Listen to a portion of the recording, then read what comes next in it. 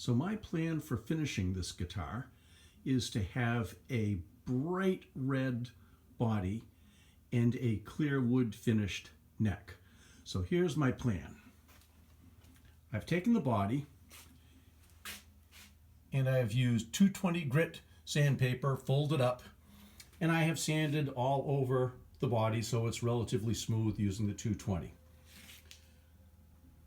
The wood is somewhat porous, so I want to put a sealant on before I put the paint.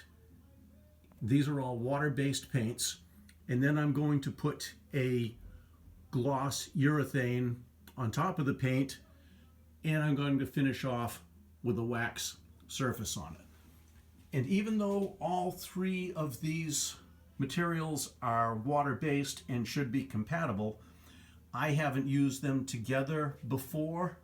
So I have a test block of wood. This happens to be walnut, but it also has some porosity in the grain. So I'm going to coat that piece ahead of what I'm doing with the guitar to make sure that everything works compatibly and I like the way it looks before committing it to my guitar. On the neck, we have two things to consider. We've got the fretboard and we have the headstock and the neck. The headstock and the neck is beautiful, white, clean wood.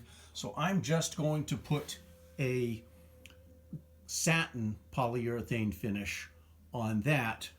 But the fretboard, I'm going to put a butcher block conditioner, which is a oil and wax finisher.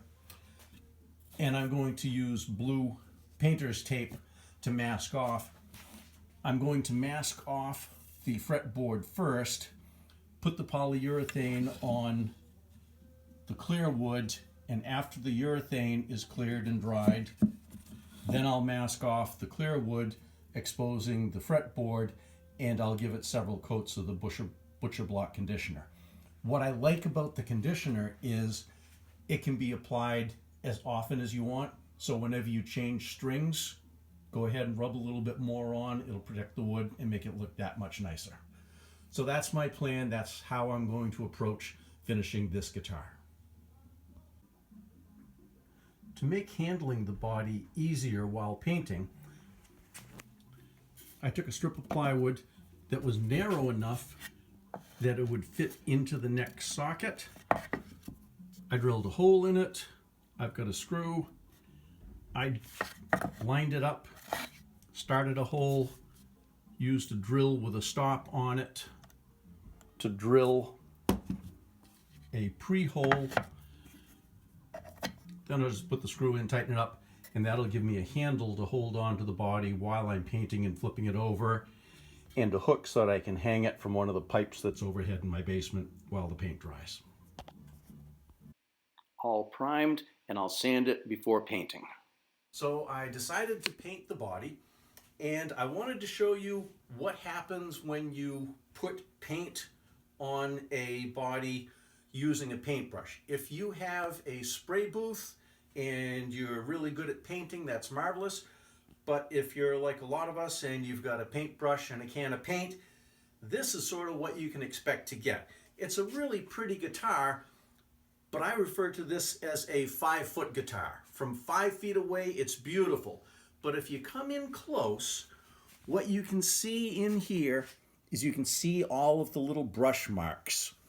And I tried sanding those brush marks out, and I took this piece of test bar, I took a piece of wood and painted it up, and I tried flat sanding it and spraying it and polishing it, and I just didn't like the surface that I got.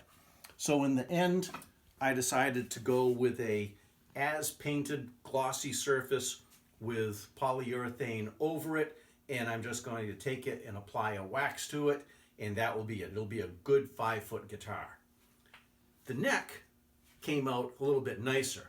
The polyurethane that I put on the bare wood came out very nice. The butcher block wax on the fretboard came out very nice. The back of it's very nice. That will work beautifully. And this will end up being a really good looking guitar. But that's what I can expect with a paintbrush. If you've got better skills, better equipment, access to spray booths, and want to do a painted sprayed guitar, that's your option. If you got a paintbrush, you can get a good 5-foot guitar.